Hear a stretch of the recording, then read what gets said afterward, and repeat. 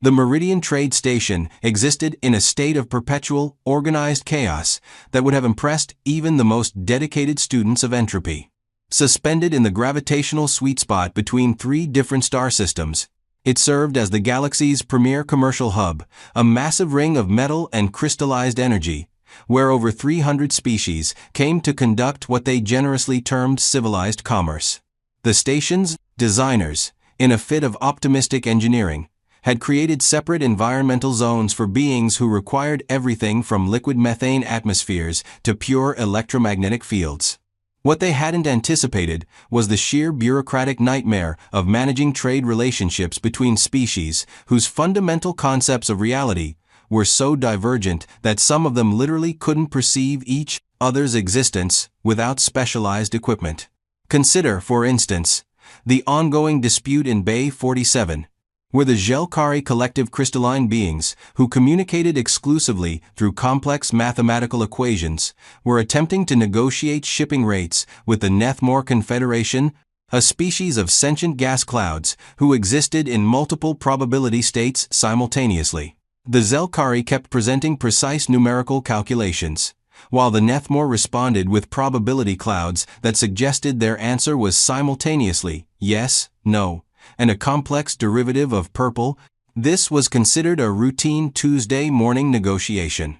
Into this carnival of cosmic commerce had recently arrived humanity's latest contribution to galactic civilization, Earth Corporation's Interstellar Trade Division. The news had spread through the station like a particularly virulent form of economic anxiety.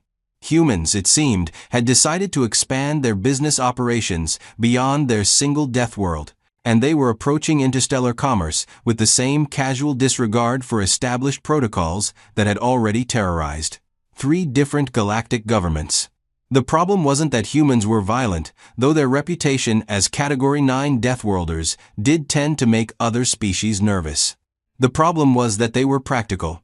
While other species had spent millennia developing elaborate trade rituals, complex negotiation ceremonies, and bureaucratic procedures so intricate they bordered on religious observance, humans had apparently looked at the entire system and asked the most terrifying question in the galactic lexicon: why? Captain Vera Blackwood stepped off the EarthCorp transport vessel with a kind of purposeful stride that suggested she had places to be and problems to solve, preferably before lunch. She was a tall woman, with prematurely gray hair pulled back in a practical bun, the kind of face that suggested extensive experience with both engineering problems and the idiots who created them, and the unsettling habit of making direct eye contact when she spoke.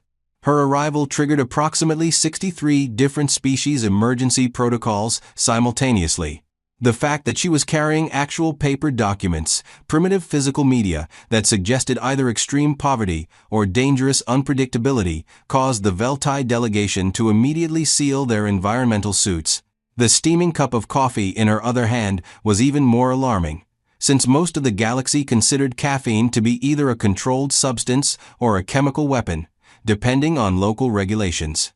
But it was her smile that really set everyone on edge. Humans, according to the xenobiological reports, displayed their internal calcium framework as a social gesture. The implications had kept trade analysts awake for weeks.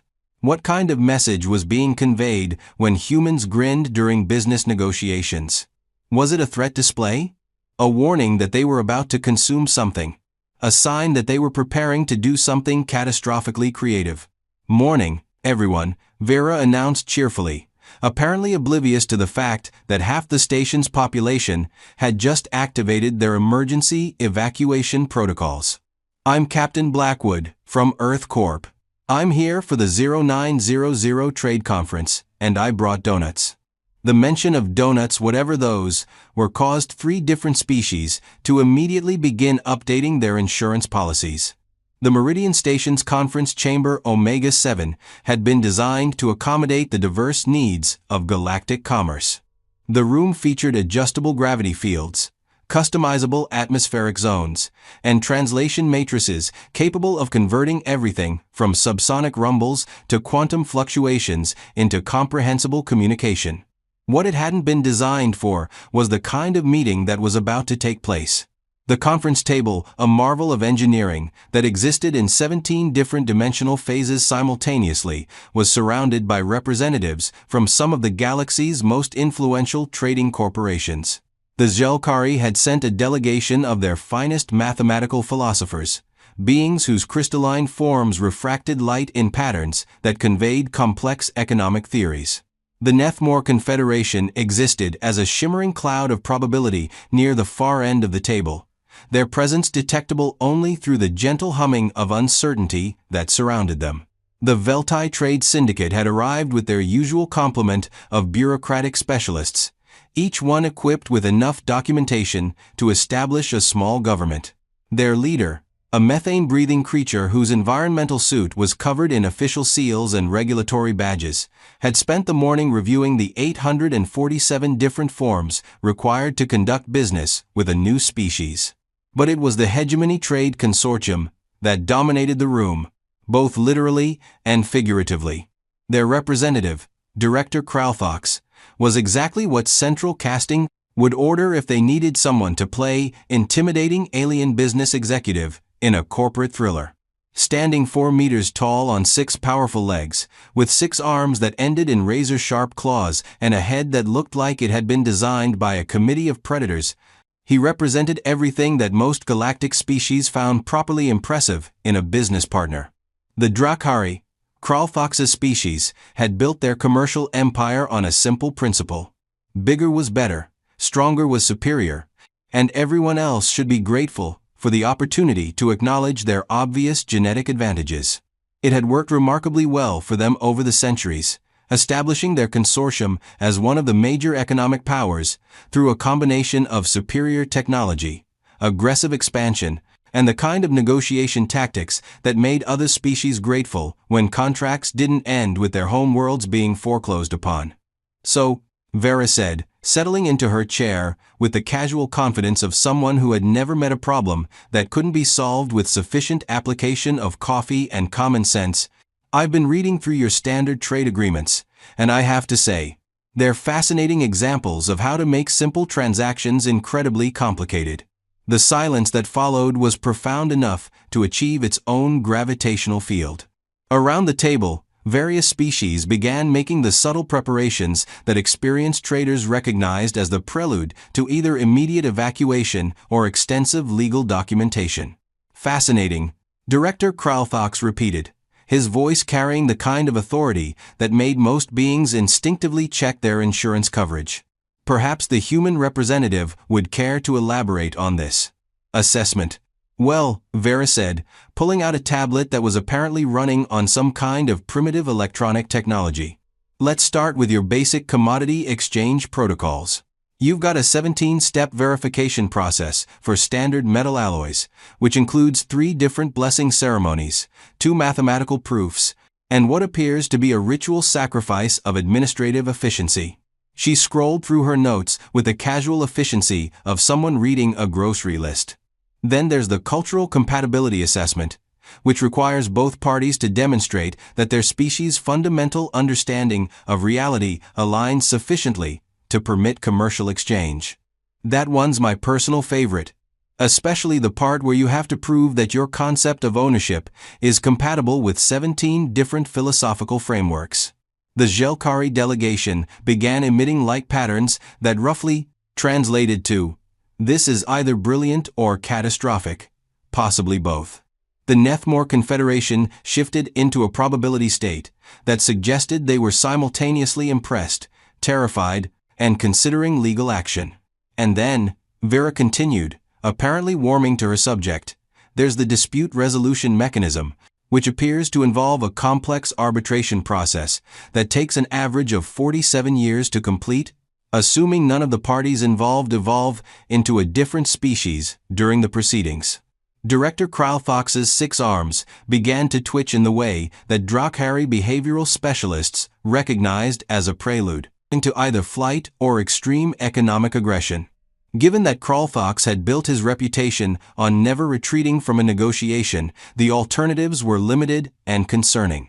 "The human," he said, each word emerging like a small financial crisis, appears to be criticizing established trade protocols that have maintained galactic commercial stability for over 4,000 years. Not criticizing, Vera corrected cheerfully. Streamlining. See, where I come from, we have a saying. Time is money. And when it takes longer to negotiate a contract than it does for improved time, some species to achieve sentience, you're probably overthinking the process. She leaned forward slightly, and her smile took on the quality that had made 3 different galactic governments revise their first contact protocols. So I've taken the liberty of preparing some alternative proposals that might help everyone save time, money, and paperwork. The tablet she placed on the table was apparently displaying what humans optimistically called a simplified trade agreement. The document was 3 pages long, written in clear, concise language, and contained exactly 0 references to philosophical frameworks, cultural compatibility assessments, or ritual blessings. The reaction was immediate and diverse. The Veltai representative began hyperventilating into his environmental suit.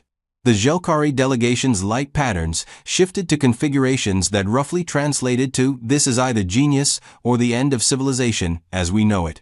The Nethmore Confederation collapsed into a quantum state of pure uncertainty. Director Kralthox looked at the document with the expression of someone who had just been handed a live grenade disguised as a birthday present. "This," he said carefully, "appears to be missing several essential components. Where are the cultural alignment protocols? The philosophical compatibility matrices? The ceremonial acknowledgments of cosmic hierarchy?" "Those aren't essential," Vera replied. "They're just complicated ways of doing simple things. You want to buy our stuff, we want to sell it to you.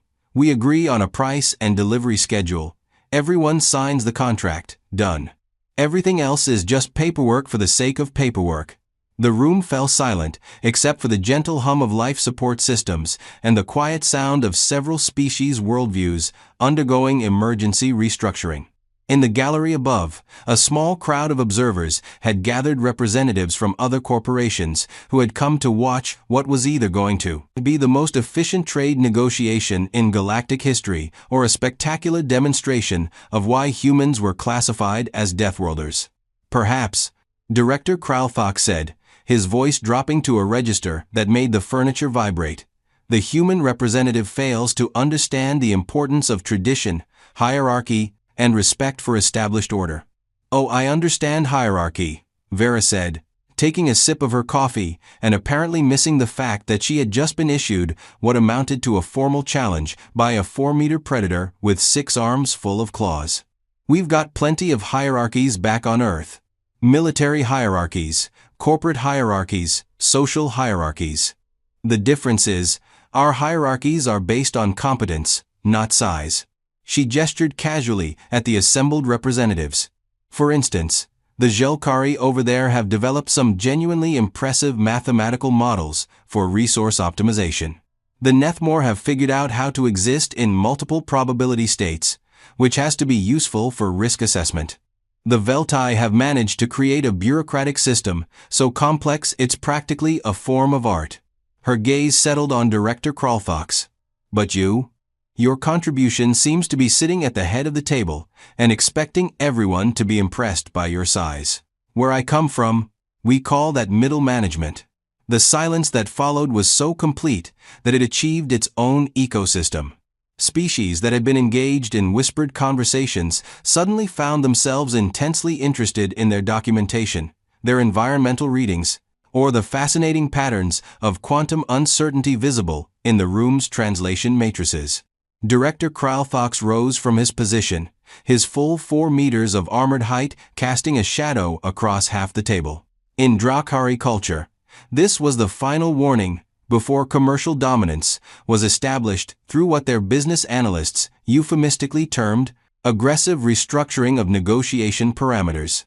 Other species had learned to recognize this posture and respond accordingly, which typically involved immediate concession, rapid evacuation, or in extreme cases, updating their corporate succession plans. Vera looked up at him with mild interest, like someone watching a mildly entertaining presentation on quarterly earnings reports. "You will show proper respect," Kralthox declared, or you will learn why the Hegemony Trade Consortium controls 43% of galactic commerce. Actually, Vera said, still seated and apparently unbothered by the 4 meters of predatory businessman looming over her, I'm pretty sure your consortium controls 43% of galactic commerce because you've been intimidating species that evolved on worlds where the most dangerous business practice was double entry. Bookkeeping. She took another sip of her coffee. But hey, I could be wrong. Maybe you really are as competent as you think you are. What happened next would be studied by business schools, military academies, and xenobiological research institutes for generations. It would become required viewing at every diplomatic training program in human space, and a cautionary tale told to young executives who thought that physical presence was more important than actual competence. Director Kralthox, driven by 4,000 years of evolutionary programming and cultural conditioning that told him smaller beings were automatically subordinate to larger ones, reached down and grabbed Captain Vera Blackwood by the throat. In Drakhari business culture, this was a dominance display, a way of establishing commercial hierarchy without actually terminating the negotiation permanently. Among his own species, the gesture would result in immediate submission from the smaller individual, who would acknowledge the superior size of their better and adjust their business practices accordingly. It was, by Drakhari standards, remarkably civilized. What Director Kralthox had failed to consider was that humans had not evolved in a civilized business environment. Vera looked down at the massive clawed hand wrapped around her neck, with the expression of someone who had just noticed a minor discrepancy in a quarterly report. Around the table, the remaining spectators held their breath, waiting for the inevitable human collapse, the desperate gasping for air, the acknowledgement of Drakhari commercial superiority. Instead, Vera looked back up at Director Kralthox with genuine professional interest. "Okay," she said, her voice completely unaffected by the grip on her throat. "So this is the part where I'm supposed to be intimidated into accepting unfavorable contract terms, right?" The question caused Director Kralthox's compound eyes to widen in confusion. The human should be gasping, struggling, showing some sign that his superior size was having the desired commercial effect. Instead, she seemed to be treating the situation like an interesting case study in comparative business practices. "I mean, I get the theory," Vera continued conversationally.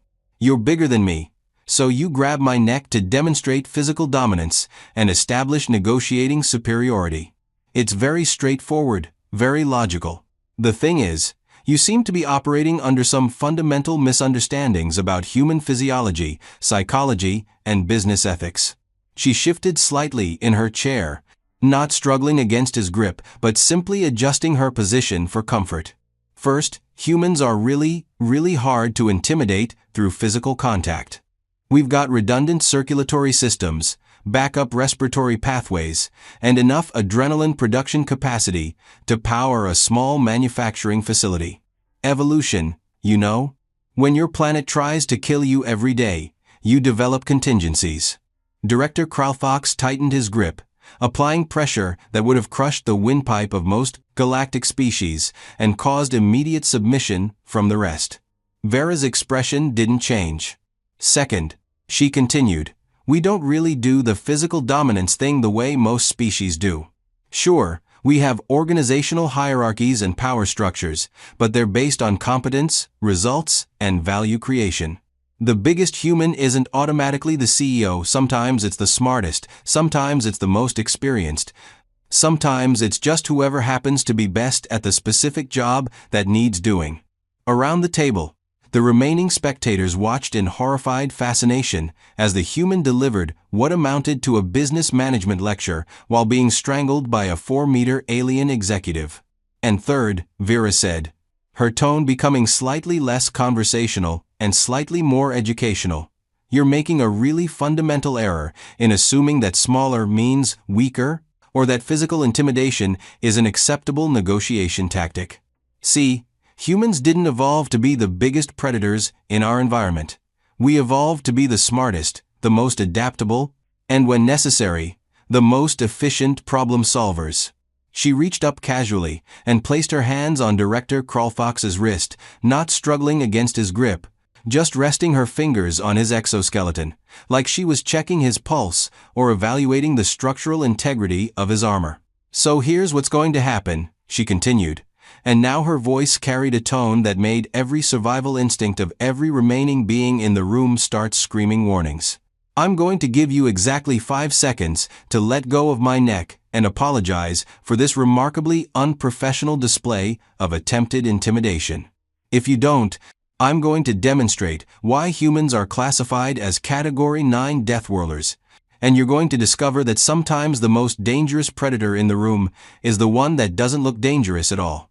Director Kralfox, caught between his cultural programming and a growing sense that something had gone terribly wrong with his understanding of the situation, made the mistake that would define the rest of his very short future. He tightened his grip further. 5, Vera said calmly. The pressure on her throat was now sufficient to crush reinforced titanium. Her voice remained steady. 4. Director Kralfox's other 5 arms tensed, preparing to deliver additional dominance displays, if this one proved insufficient. Around the table, the last few spectators began backing away, their various forms of threat detection screaming warnings about imminent commercial restructuring. 3. The human's hands were still resting gently on his wrist, apparently doing nothing more threatening than conducting a casual structural analysis.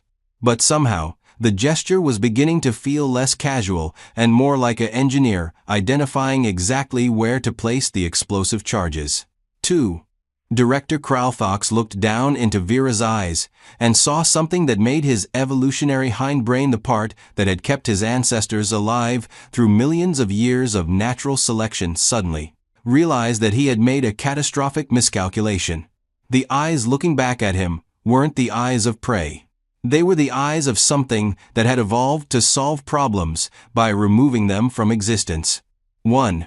What happened next lasted approximately 0.8 seconds and involved a demonstration of leverage, joint manipulation, and applied engineering principles that would later be required study material at 17 different military academies. Vera's hands, which had been resting so casually on Director Kralfox's wrist, suddenly moved with the kind of precision that spoke of extensive training in both mechanical systems and their systematic failure modes. Her left hand found the exact pressure point where his exoskeleton joined at the primary wrist articulation, while her right hand gripped his forearm and applied rotational force in a direction that Drakhari anatomy was simply not designed to handle. The movement was economical, efficient, and utterly devastating, the kind of solution that a human engineer might apply to a particularly stubborn mechanical problem. The crack of his wrist breaking was audible throughout the conference chamber. Director Kralfox's grip on her throat disappeared as pain receptors he didn't even know he possessed suddenly began broadcasting emergency signals. He tried to step backward, tried to use his other arms to re-establish dominance, tried to process what had just happened to his supposedly superior anatomy. Vera stood up smoothly, still holding his broken wrist, and used his own momentum against him as he tried to pull away. The movement was a perfect demonstration of physics applied to problem solving. She pivoted slightly, redirected his weight, and applied pressure in exactly the right place to send all 4 meters of armored executive crashing to the floor with enough force to crack the reinforced decking.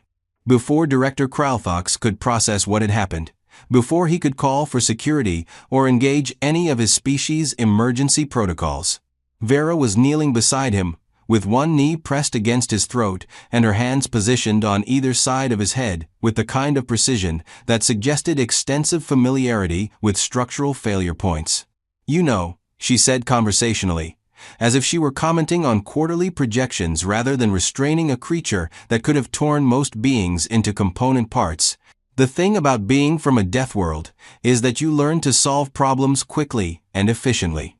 When everything on your planet wants to kill you, you don't have the luxury of extended negotiations. You identify the threat, neutralize it, and get back to work." Director Kralfox tried to speak, tried to move, tried to bring his superior size and strength to bear against this impossible situation. But his broken wrist was sending waves of agony through his nervous system, and the human's positioning was perfect. Any movement he made would only give her more leverage to work with. The reports probably mentioned that humans are persistence hunters. Vera continued, adjusting her grip slightly. What they might not have explained is what that really means in a business context. It means we evolve to pursue objectives until we achieve them. It means we're designed to keep working long after other species would have given up. And it means that when we decide a problem needs to be solved, we don't stop until it's solved. Her hands shifted position, and suddenly Director Kralthox could feel the exact points where she could apply pressure to snap his neck with the same casual efficiency she'd used to break his wrist. "So here's your choice," she said. "You can apologize for your remarkably unprofessional attempt at intimidation, acknowledge that physical coercion is not an acceptable business practice, and spend the rest of this meeting learning about modern commercial practices like a civilized executive." Or, she didn't finish the sentence. She didn't need to. The alternative was clear in the positioning of her hands, the steadiness of her voice, and the complete lack of emotion in her eyes, as she calculated exactly how much force would be required to solve this particular structural problem permanently. "I apologize," Director Kralthox managed to gasp out. I did not understand." "No," Vera agreed, "you didn't. But that's okay. Ignorance is fixable, assuming you survive long enough to learn from it." She released him and stood up, brushing imaginary dust from her business suit. Director Kralthox remained on the floor, cradling his broken wrist and trying to process what had just happened to his understanding of commercial hierarchy. "Now then," Vera said, turning to address the remaining spectators with the same cheerful professionalism she'd used at the beginning of the meeting. "Where were we? I think someone was about to review the proposed contract modifications." The silence that followed was broken only by the sound of Director Kralthox's labored breathing and the quiet hum of the station's life support systems. Then, slowly, the Jelkari delegation began to emit a prismatic light pattern that the universal translator interpreted as nervous laughter mixed with profound respect. "Perhaps," their lead mathematician said, his crystalline form flickering with what might have been amusement or terror, "we should discuss the human proposals in more detail." 4 hours later, as the trade conference finally concluded and the various species began making their excuses to leave, Captain Vera Blackwood found herself alone with the Jelkari delegation in the conference chamber. The binary stars visible through the chamber's viewport cast their light through the transparent aluminum, creating patterns that shifted and changed like a kaleidoscope made of cosmic fire. "That was educational," the lead mathematician admitted, his light patterns conveying something that approximated impressed bewilderment. Vera shrugged. "I tried to warn him. Humans are generally pretty clear about our business practices. We'll put up with a lot of things: cultural differences, bureaucratic inefficiencies, even weird ceremonial requirements. But we draw the line at physical intimidation during contract negotiations." The reports, another Jelkari said carefully, suggested that humans were dangerous. "We had not fully understood what that meant in a commercial context." "Oh, we're very dangerous," Vera agreed cheerfully. "We're adaptable, persistent, creative problem solvers who approach challenges with a combination of analytical thinking and controlled application of force. But here's the thing: we're only dangerous to things that threaten us or interfere with our business objectives." She looked out at the stars, her expression thoughtful. Director Kralthox made the classic mistake of assuming that might makes right, that bigger automatically means more profitable, that physical intimidation is an acceptable negotiation strategy. "Where I come from, we have a saying, the customer is always right, but the supplier doesn't have to be intimidated." We do not understand this metaphor. It means that successful business relationships are based on mutual benefit and professional respect, not fear and dominance. A smaller company with better products and services can outcompete something 10 times its size if it knows how to innovate and when to compete aggressively. The Jelkari's light patterns shifted to something that might have been understanding. "And humans are very good at competitive innovation. We've had to be," Vera said. "Our planet didn't give us much choice. Everything wanted to eat us, poison us, or crush us, so we learned to compete back." We learned to use tools, to work together, to think our way around problems that should have killed us. And when thinking wasn't enough, we learned to be very, very good at solving problems permanently. She turned to face them, and her smile was as bright and terrifying as it had been when she first arrived. But here's what the reports probably didn't mention: we're also really good at business partnerships. Once you establish that you're not a threat, that you're not trying to dominate or control the relationship, humans can be incredibly reliable partners. We'll work for our business associates just as hard as we'll work against our competitors. And which are we? The lead mathematician asked. Vera's smile became genuine, warm, and completely unterrifying. That depends entirely on you. The next morning, the Galactic Trade Commission received a report that would reshape interstellar commerce for the next century. It was filed under Commercial Incident Reports and marked with 23 different regulatory warnings. But the summary was surprisingly straightforward. Human business practices remain highly effective. Recommend avoiding physical contact during negotiations without explicit consent. Also recommend treating humans as preferred partners rather than subordinate vendors. Also recommend updating commercial insurance policies for all trade conferences involving human representatives. Also recommend never, under any circumstances, grabbing a human by the throat during contract negotiations. The report was signed by the Jelkari Collective and countersigned by Captain Vera Blackwood, who had apparently spent the morning helping Director Crowthox file his medical insurance claims and teaching him some basic human business phrases, including please, thank you, and let's discuss this professionally. 6 months later, the Hegemony Trade Consortium would become one of humanity's most reliable commercial partners. Having discovered that human engineering solutions and streamlined business processes were exactly what they needed to improve their profit margins by 43%. Director Crowthox himself would go on to become something of an expert on human business practices, writing several well-regarded papers on the topic of effective interspecies commerce and why physical intimidation is bad for quarterly earnings. But that night, as the various species returned to their corporate quarters and the station settled into its quiet cycle, one thing was abundantly clear to everyone who had witnessed the day's events. The galaxy had just gotten a lot more efficient, a lot more competitive, and humans were going to revolutionize interstellar commerce, whether anyone was ready for it or not.